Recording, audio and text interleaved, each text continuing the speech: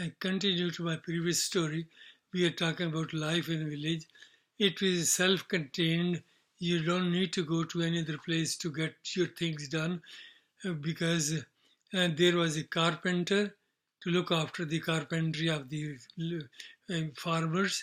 There was a blacksmith who would do the instrument for them, and there was a shoemakers who make the shoes for everybody. And they did not get any money from the farmers. They were given full full grain of the for the year to get them along with their lives. This was they work for the farmer. Farmer gave them a food, and that's why we younger growing period we never ever went to city to buy a shoe. We always got brand new shoes from the shoemaker in the village itself. And this is something which is really not coming up at the moment because it is advancement of time. And when I saw my village in 1987, everything was so different than what was in 1947. This is the situation when you can't stop any progress in one way or the other.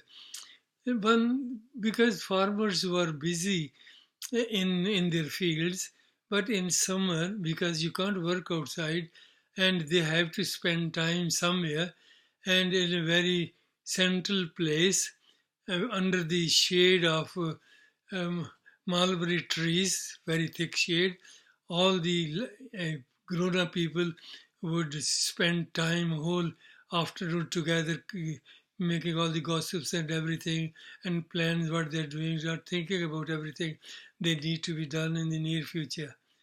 And this is the situation when we take help of the servants to help you in the on the farm.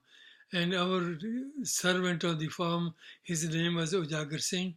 And at the age of 15, when just before the summer of the 1947, I anticipated in full harvesting of the wheat and grains, other things.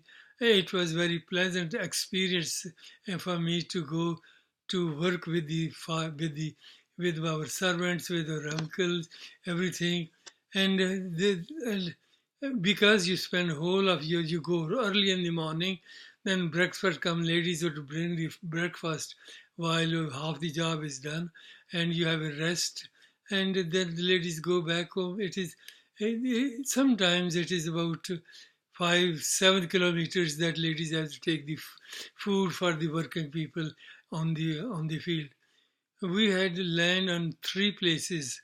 One near the village Sadmood, it is I can't remember the name, but one in the village 290 JB, and one again two places in there in JB, and we had running water for irrigation because we are on the canals, and everybody had the time how much land per farmer has and how much time they get for the land for the water to run through their fields.